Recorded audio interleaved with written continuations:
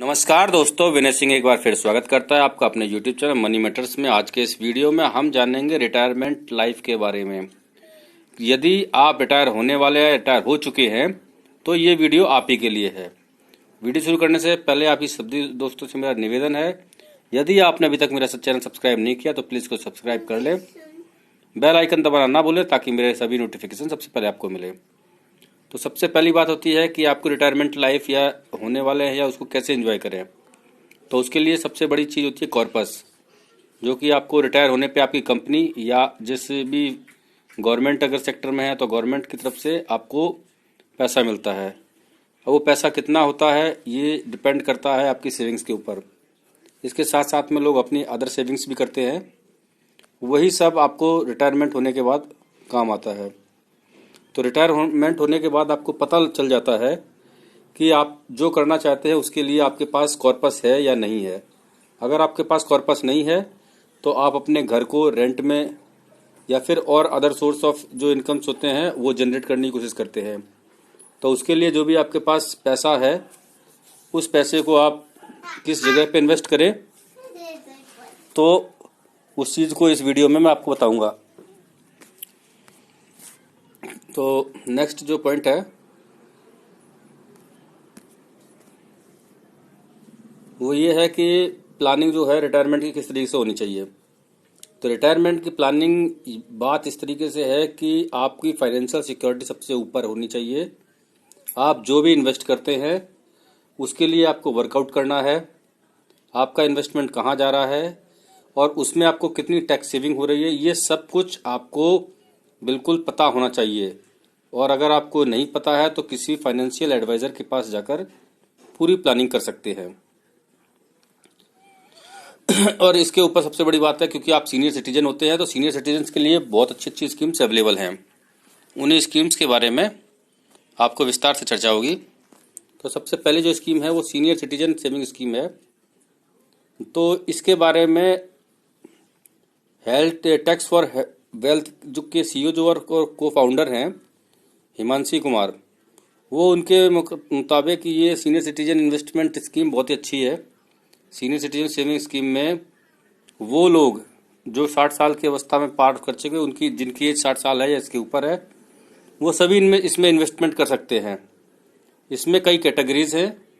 इसमें वो लोग जो 55 से 60 के बीच में जिन्होंने वीआरएस लिया है वो भी इसमें मेंबरशिप ले सकते हैं। इसके अलावा जो फोर्स और मिलिट्रीज के जवान हैं उनके लिए अलग से प्रोविजंस है। उनके लिए 50 साल की एज होने के ऊपर वो इसमें भाग ले सकते हैं। और जो सीनियर सिटीजन सेविंग स्कीम है इसके ऊपर जो भी आप इन्वेस्टमेंट करते हैं तो 1.5 लाख तक का इन्वेस्टमेंट जो होता है वो 80C के तहत आपको टैक्स फ्री होता है, उसमें टैक्स डिडक्शन मिलता है आपको। तो इसके ऊपर जो होता है उसके ऊपर आपको टैक्स नहीं मिलेगा।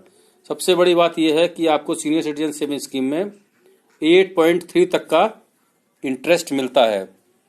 तो ये बहुत ही अट्रैक्टिव है और इसमें आपको इन्वेस्ट करना चाहिए, बहुत ही सेफ इन्वेस्टमेंट होता है। नेक्स्ट अगर हम बात करते हैं तो नेक्स्ट जो स्कीम आती है वो है 5 ईयर एफडी प्लान। तो जो 5 ईयर का एफडी प्लान है वो 5 ईयर के एफडी प्लान में आपको जो भी अदर एफडी होती हैं उससे 0.5% का ज़्यादा ब्याज मिलता है। और इसमें भी 80C के तहत 1.5 लाख तक का लाभ मिलता है। तो ये भी 80C के तहत आपको लाभ दिलवाती है। टैक्स सेविंग के लिए अच्छी स्कीम है। इसमें आँख बंद करके पैसा लगा सकते हैं।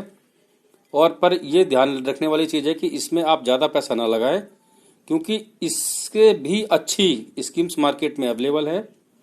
पर हाँ, यदि आप कोई जोखिम नहीं लेना चाहते हैं तो आपको इस स्कीम में बिल्कुल इन्वेस्टमेंट करना चाहिए, क्योंकि इसके ऊपर भी जो आपको रिटर्न मिलता है वो रिस्क फ्री होता है और बिल्कुल इसमें आपको बिल्कुल फिक्स रिटर्न मिलता है। तो इसलिए ये सेफ स्कीम है। नेक्स्ट अगर बात करें एनसीडी, जो जिनको बोलते हैं नॉन कन्वर्टेबल डिवेंचर, इसके ऊपर मैंने टाटा के एनसीडी के बारे में पूरा एक वीडियो पहले बना रखा है, आप अगर उसको देख सकते हैं तो उसमें इसकी डिटेल की बात की गई है इसके बारे में। पर ये आपको बताता हूँ ये एनसीडी बहुत अच्छा ऑप्शन होता है। एनसीडी में बस रिस्क होता है थोड़ा, तो इसलिए लोग एनसीडी में आपको निवेश करने का नहीं बताते। बट अगर आप जो ट्रिपल रेटिंग की एनसीडी है जो अच्छी कंपनियों के हैं, जैसे कि मैंने आपको टाटा का वीडियो पहले बनाया था वो हो गया, या एसबीआई का होगा, तो इस तरीके के जो अच्छे फंड हैं, अच्छी कंपनियां हैं, उनकी एनसीडी अगर आप लेते हैं, जो अच्छे कॉर्पोरेट हाउस हैं, तो उसमें रिस्क कम हो जाता है। तो एनसीडी अगर आप उसमें पैसा लगाना चाहते हैं तो उसमें सबसे बड़ी चीज़ होती है डीमेट अकाउंट खोलना। ये डीमेट अकाउंट खोलने की बहुत ज़्यादा लंबी प्रोसेस है नहीं, इसके लिए भी मैंने एक वीडियो पहले से बना रखा है। अगर आपको नहीं पता है तो आप मेरा वो पीडीएफ वीडियो देख सकते हैं। तो डीमेट अकाउंट इजीली आप अगर जिरोधा का खोलते हैं तो ऑनलाइन खोल सकते हैं। खोलने के बाद आपको एक साइन करके जो फॉर्म्स होते हैं वो सबमिट कर भेजने पड़ते हैं और आपका अकाउंट खुल जाता है, जिसकी कि सालाना फीस 350 रुपये है इक्विटी की। तो आप एक इक्विटी पे ही अगर अकाउंट खोल लेते हैं तो आपको 350 रुपये में डीमेट अकाउंट मिल जाता है। उसके बाद आप एनसीडी में इन्वेस्टमेंट कर सकते हैं। और ये हमेशा ध्यान रखना है, क्योंकि आप सीनियर सिटीजन हैं, आप ज़्यादा रिस्क ना लें और अच्छे कंपनियों और अच्छी रेटिंग वाले जो जिनकी AAA है उनमें ही इन्वेस्टमेंट करें। नेक्स्ट स्कीम की बात अगर हम बात करें तो ये कॉर्पोरेट एफडी है। तो कॉर्पोरेट एफडी उनके लिए होती है जिनके पास 1 साल से ज़्यादा टाइम के लिए इन्वेस्टमेंट करना चाहते हैं। तो उनके पास बहुत सारे ऑप्शन होते हैं, यानी कि आप अगर अट्रैक्टिव रिटर्न्स पाना चाहते हैं, टाइम की आपके पास कोई दिक्कत नहीं है, 1 साल या उससे कम का टाइम है, अपना पैसा आप अच्छी जगह पे इन्वेस्टमेंट करना चाहते हैं, तो आपके लिए ऑप्शन बहुत कम हो जाते हैं। और 1 साल से ऊपर वाले के लिए तो बहुत सारे ऑप्शन हैं। तो इसी टाइप का एक ऑप्शन होता है कॉर्पोरेट एफडी। पर ये कॉर्पोरेट एफडी होती है, बहुत ही रिस्क होता है इसमें भी। पर यहाँ पे भी अगर आप रेटिंग का ध्यान रखें, जो कि क्रिसिल या फिर और भी कंपनियां हैं वो देती हैं, इसके साथ साथ में एनएससी बीएससी के ऊपर भी इन चीज़ों के ऊपर बहुत अच्छे अच्छे जो है आपको नॉलेज दी जाती है। बाकी जो रेस्ट काम है वो फाइनेंशियल एडवाइज़र के ऊपर छोड़ दीजिए, आप उनसे सलाह लेके भी अच्छी कॉर्पोरेट एफडी देख सकते हैं। कॉर्पोरेट एफडी पे जो भी रिटर्न मिलता है वो नॉर्मल एफडी से ज़्यादा होता है। तो इसलिए ये ध्यान रखें, जब भी आप कॉर्पोरेट एफडी में इन्वेस्टमेंट करते हैं तो उसकी रेटिंग अच्छी होनी चाहिए। अभी नेक्स्ट जो ऑप्शन आता है वो ये है कि अगर आपके पास पैसा ज़्यादा है और आपकी या फिर जो पेंशन है वो ज़्यादा है और आप पूरी तरीके से अपनी पेंशन के ऊपर या जो आपके पास पैसा है उस पर डिपेंड नहीं है, तो आप थोड़ा रिस्क भी ले सकते हैं। म्यूचुअल फंड, स्टॉक मार्केट्स, इनमें भी पैसा लगा सकते हैं। पर आपको ये पक्का पता होना चाहिए कि ELSS या म्यूचुअल फंड्स, इसके ऊपर मैंने पूरा वीडियो बना रखा है, आप देख सकते हैं उनको जाके। अगर आप इसमें पैसा लगाएं वो तभी लगाएं जो पैसा आपके पास एक्स्ट्रा पड़ा हुआ है। और सिस्टमेटिक ढंग से अगर आप म्यूचुअल फंड में इन्वेस्टमेंट करते हैं तो ये लॉन्ग टर्म पे आपको फ़ायदेमंद होता है।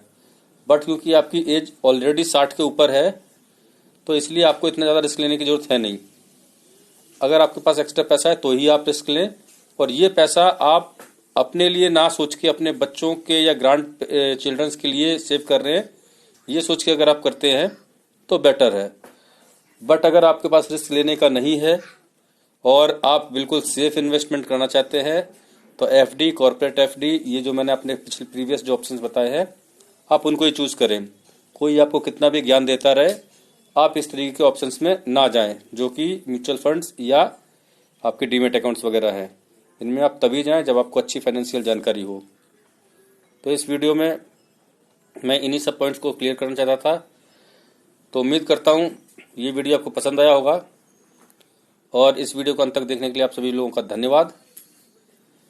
और आप अपने आप को फाइनेंशियली फ्री रखें, फाइनेंशियली स्ट्रांग रखें, और कभी भी अपने रिटायरमेंट टाइम पे आपके पास इतना कॉर्पस होना चाहिए कि आपको किसी के सामने हाथ ना फैलाना पड़े।